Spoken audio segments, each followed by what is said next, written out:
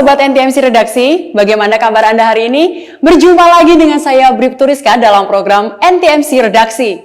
Kami kembali hadir dengan 5 berita pilihan yang sudah diseleksi oleh tim NTMC Redaksi selama sepekan dengan informasi terbaru dan teraktual yang akan kami sajikan untuk Anda. Lapangan Indonesia Safety Driving Center atau ISDC berganti nama menjadi Lapangan Sony Harsono di Pusat Pendidikan Lalu Lintas Serpong, Tangerang, Banten. Pergantian nama yang diberikan oleh Kakor Lantas Polri tersebut dimaksudkan sebagai penghargaan kepada almarhum Brigjen Pol Purnawirawan Sony Harsono yang pada masa jabatannya telah memberikan inovasi di bidang lalu lintas.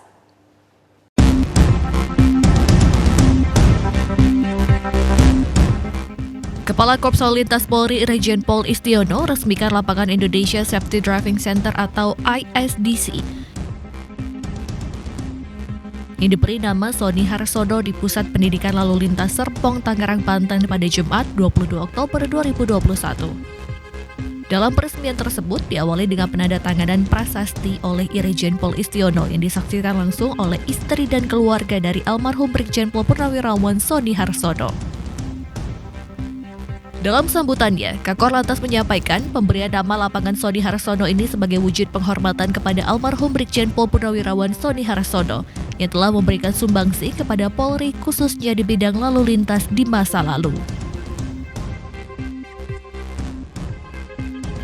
Jadi sinergikan dan dilakukan di sini. Hadirin yang saya muliakan, pada kesempatan yang berbahagia ini tentunya akan memberikan nama ISDC Indonesia Safety Driving Center dengan nama Sony Harsono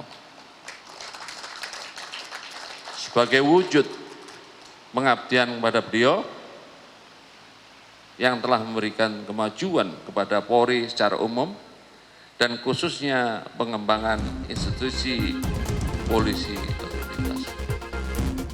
Jenderal Bintang 2 ini menceritakan sosok mendiang Sony Harsono yang pernah menjabat sebagai Direktur Lalu Lintas di era 90-an, memiliki kepribadian yang baik, mengutamakan pendidikan, serta menciptakan berbagai inovasi di bidang lalu lintas seperti penerapan sistem komputerisasi, penerbitan surat izin mengemudi di 11 kota provinsi pada Oktober 1992, di mana kala itu, sistem tersebut dapat meminimalisir penyimpangan dalam pelayanan penertiban SIM.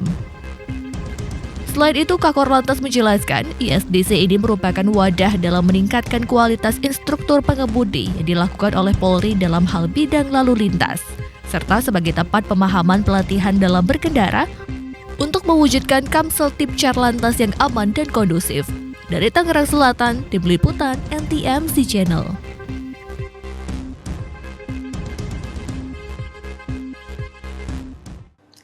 Keberhasilan kontingen Jawa Timur menduduki peringkat ketiga dalam perolehan medali PON ke-20 Papua membuat para atlet PON Jawa Timur diganjar tawaran menjadi anggota TNI dan Polri. Tawaran ini disampaikan oleh Kapolda Jawa Timur Irjen Pol Niko Afinta saat menyambut kontingen Jawa Timur bersama Forkopimda Jatim di sebuah hotel di Surabaya. Forkopimda Jawa Timur langsung menyambut kedatangan ratusan atlet Jawa Timur yang baru pulang dari Papua usai mengikuti ajang olahraga PON ke-20. Hasil akhir perolehan medali PON ke-20 Papua menempatkan kontingen Jawa Timur menduduki peringkat ketiga di bawah kontingen Jawa Barat dan TKI Jakarta. Kontingen Jawa Timur dalam PON ke-20 kali ini berhasil menjabat 110 medali emas, 89 perak, dan 88 perunggu, dengan total 287 medali. Atas prestasi tersebut, Kapolda Jawa Timur Irjen Pol Niko Afinta beserta Pangdam 5 Brawijaya Majen TNI Suharyanto memberikan tawaran kepada para atlet kontingen Jawa Timur untuk menjadi anggota TNI maupun anggota Polri. Baik atlet maupun ofisial Jawa Timur yang telah sukses dalam melaksanakan PON dan kembali dengan sehat dan selamat. Kami bangga, kami salut, dan mudah-mudahan makin maju di masa yang akan datang. Terima kasih. Sementara Pangdam 5 Brawijaya, Majen TNI Suharyanto Forkopimda Jawa Timur melakukan karantina kepada 543 atlet kontingen Jawa Timur PON ke-20 Papua. Hingga saat ini, Pangdam 5 Brawijaya menyatakan belum ditemukan adanya atlet Jawa Timur yang positif maupun reaktif COVID-19 saat tiba di Surabaya. Kami datang mengunjungi para atlet kebanggaan Jawa Timur. Yang pertama tentu saja kami sangat bangga dan ingin ikut merasakan kebahagiaan dengan para atlet Jawa Timur. Seperti kita ketahui bersama bahwa Jawa Timur kembali meraih prestasi yang membanggakan. Memang secara urutan provinsi kita sekarang urutan ketiga, tapi sebetulnya dengan DKI itu sama. Nah, jadi ini mengulang prestasi 2 tahun yang lalu bahwa di 2 PON yang lalu juga kita urutan kedua. Saat ini Forkopimda Jawa Timur telah menyiapkan 3 hotel di Surabaya sebagai tempat karantina kontingen Jawa Timur untuk mencegah penularan COVID-19. Proses karantina akan berlangsung selama 5 hari dengan ketentuan tes swab PCR negatif. Dari Surabaya, Jawa Timur, Tim Liputan NTMC Channel.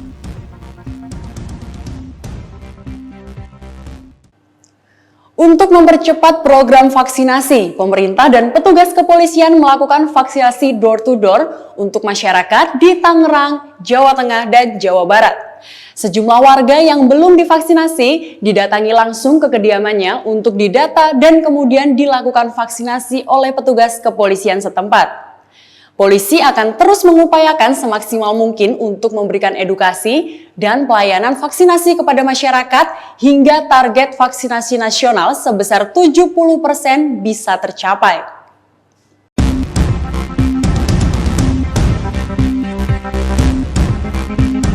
Inilah aksi petugas kepolisian Polsek Karawaci Polres Metro Tangerang Kota menggelar vaksinasi COVID-19 dengan cara yang berbeda, yaitu dengan woro-woro mengajak pengendara melintasi depan Polsek. Kapolsek Karawaci Kompol Bagin Efrata Barus mengatakan, pihaknya mentargetkan sebanyak 500 lebih peserta vaksin per hari guna mempercepat capaian herd immunity atau kekebalan komunal sebagai salah satu upaya memutus rantai penyebaran virus corona di tanah air. Puji Tuhan sih nggak kesulitan ya, karena banyak ya, apalagi sekarang tidak sesuai regional gitu, jadi bisa bebas seperti ini sih sangat membantu ya. Karena KTP saya sebenarnya KTP Pasar Baru, sedangkan di sini kan Polsek Karawaci kan, seharusnya itu sekitar Simone, Karawaci, tapi saya bisa di sini. Vaksinasi door-to-door ke rumah warga kali ini menyasar salah satu lokasi hajatan di Kecamatan Losarang, Kabupaten Indramayu, Jawa Barat. Petugas memeriksa satu persatu warga yang hadir di acara tersebut. Bagi warga yang telah divaksin, petugas kepolisian memberikan reward berupa bantuan, sedangkan bagi warga yang belum divaksin, maka akan langsung divaksin di lokasi hajatan. Alhamdulillah, dengan cara seperti ini, selain kita bersilaturahim dengan masyarakat, juga untuk menumbuhkan semangat masyarakat untuk vaksin. Ayo vaksin, jangan takut. Indonesia sehat, Indonesia tumbuh, Indonesia kuat. Polres Kabupaten Semarang terus melakukan percepatan vaksinasi untuk masyarakat Ungaran, Jawa Tengah dengan menggelar vaksinasi warga yang berada di kawasan alun-alun Kota Ungaran, mulai petang hingga malam hari dengan langsung dihampiri oleh polisi. Setiap masyarakat yang ditemui, petugas polisi memberikan edukasi terkait program vaksinasi pemerintah, mulai dari pemeriksaan aplikasi Peduli Lindungi hingga akibat yang timbul bila tidak divaksin. Dimulai tadi pukul 16, mungkin nanti selesai pukul 21. Mudah-mudahan masyarakat yang dengan kesibukannya belum sempat vaksin bisa terakomodir pada malam hari ini untuk melaksanakan vaksin. Memang kita sengaja menempatkan gerai vaksin ini di pusat keramaian seperti di alun-alun Bung Karno ini, di mana banyak masyarakat melakukan olahraga, mungkin berakhir pekan di alun-alun.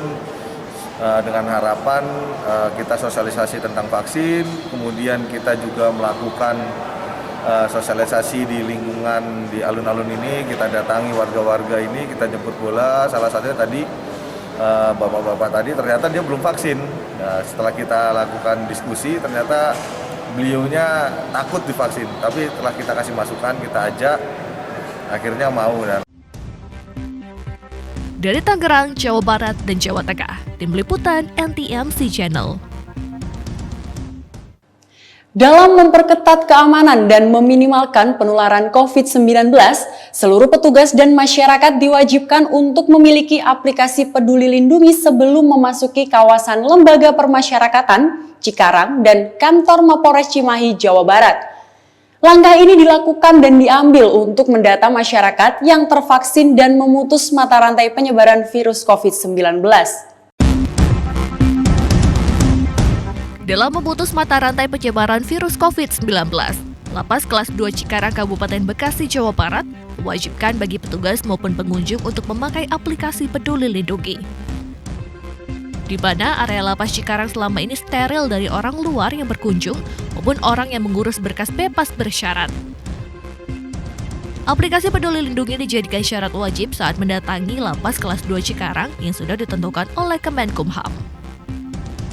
Terkait pemasangan ya aplikasi Peduli Lindungi yang kita pasang sebenarnya sejak hari Kamis, di mana untuk mencegah penyebaran COVID di Lapas Kelas 2 Cikarang ini kita sudah melalui beberapa tahapan, diantaranya sebelumnya kita masuk harus melalui box steril, terus kedua suhu, pengecekan suhu tubuh, terus cuci tangan, baru diperkenankan untuk masuk. Untuk sekarang ini berkaitan dengan surat dari Sekretaris Jenderal bahwa Lapas Kelas 2 Cikarang segera untuk melakukan registrasi, yaitu pemasangan Peduli Lindungi dengan acuan dari Permendan RB sama Kementerian Dalam Negeri, sehingga mereka bersurat ke Kementerian Kesehatan. Untuk itu kita mendaftarkan Peduli Lindungi. Di tempat yang berbeda, saat akan memasuki Bako Polres Cimahi di Jalan Amir Mahmud, Kota Cimahi, Jawa Barat. Pasalnya, sudah hampir 1 bulan ini, masyarakat yang ingin membuat SIM ataupun mengurus keperluan lainnya harus menggunakan aplikasi Peduli Lindungi. Sejumlah warga yang belum mempunyai aplikasi diarahkan dan dibantu oleh petugas kepolisian untuk login pada aplikasi Peduli Lindungi terlebih dahulu. Biasanya karena ini ibaratnya untuk mengetahui orang yang datang ke Polres ini dalam sehat atau tidak, paling tidak di atas 70% efektivitasnya bisa kita rasakan. Jadi orang yang mau masuk dan mau datang ke sini, kemudian dia cek lewat aplikasi, kalau merah berarti kemungkinan belum divaksin, kalau kuning berarti baru 1 divaksin, dan kalau hijau berarti sudah 2 kali vaksin. Jadi kita bisa memilah dan memilih mana yang harus kita terima dan mana yang harus kita layani terhadap situasi. Yang jelas masuk ke Polres Cimahi, yang jelas aplikasi sudah kita siapkan di semua sudut, dan tentunya kalau masyarakat yang mau melakukan vaksin maupun hasil dari swab, tentu kita melihat situasi. Intinya dia datang ke Polres Cimahi harus dalam keadaan sehat dan bugar. Udah bagus kan sebenarnya, karena untuk menunjang penerapan PPKM juga, apalagi kan aktivitasnya mulai dilonggarkan, harus ditunjang dengan penerapan itu juga. Kalau untuk di Polres sebenarnya nggak terlalu ribet, karena untuk sinyalnya udah bagus, beda dari tempat wisata. Cuman karena ribetnya itu mungkin harus antri dengan pengunjung yang lain. Dari Bekasi dan Bandung, Tim Liputan NTMC Channel. Direktorat Reserse Kriminal Khusus Polda Jawa Timur berhasil membongkar tindak pidana pemalsuan uang kertas pecahan Rp100.000 di Banyuwangi, Jawa Timur. Peredaran uang kertas palsu senilai 3,8 miliar nantinya akan menyasar warga kelas menengah ke bawah. Sekilas, uang ini nampak seperti uang asli. Namun, setelah diteliti lagi, uang ini ternyata palsu. Uang palsu pecahan Rp100.000 ini diamankan petugas Direktorat Reserse Kriminal Khusus Polda Jawa Timur dan Polresta Banyuwangi. Dengan jumlahnya yang tak tanggung-tanggung, uang palsu tersebut mencapai hampir Rp3,8 miliar. Diproduksi oleh 6 tersangka yakni AA 44 tahun, AS 37 tahun, AW 57 tahun, AS 63 tahun, dan JS 56 tahun. Kabid Humas Polda Jawa Timur Kombes Pol Gatot Rempli Handoko menyatakan, uang palsu tersebut berdasarkan hasil dari pengembangan penangkapan pelaku sebelumnya. total hampir 3.800.000.000 rupiah. Yang bersangkutan melakukan kegiatan memproduksi, membuat, sekaligus mengedarkan seperti yang rekan-rekan media lihat, mereka membuat sendiri. Ada di bawah mesinnya, supirnya ada sistem offset, dan diproduksi di Bojonegoro. Jadi teman-teman Rexmod ini mengembangkan dari tersangka awal yang mengedarkan di daerah Banyuwangi, kemudian mengarah ke Trawulan Mojokerto, dan dikembangkan lagi, akhirnya berhasil mengamankan salah satu tersangka yang jelas memproduksi di daerah Bojonegoro. Kemudian pasal yang dilanggar adalah pasal 36 ayat 2 untuk pasal 26 ayat 2 atau pasal 36 ayat 3. Rencananya uang palsu tersebut akan diedarkan dan diperjualbelikan di kalangan menengah ke bawah dengan rasio perbandingan 3 uang palsu dihargai Rp300.000 uang asli. Dari Surabaya, Jawa Timur, tim liputan NTMC Channel. Baik pemirsa, berita tadi sekaligus menutup perjumpaan kita kali ini. Selalu simak informasi aktual dan informatif dari redaksi NTMC Channel Korlantas Polri yang kami himpun untuk Anda. Saya Bribtu Rizka, pamit undur diri, stop pelanggaran, stop kecelakaan, keselamatan untuk kemanusiaan, Indonesia tertib, dan salam presisi.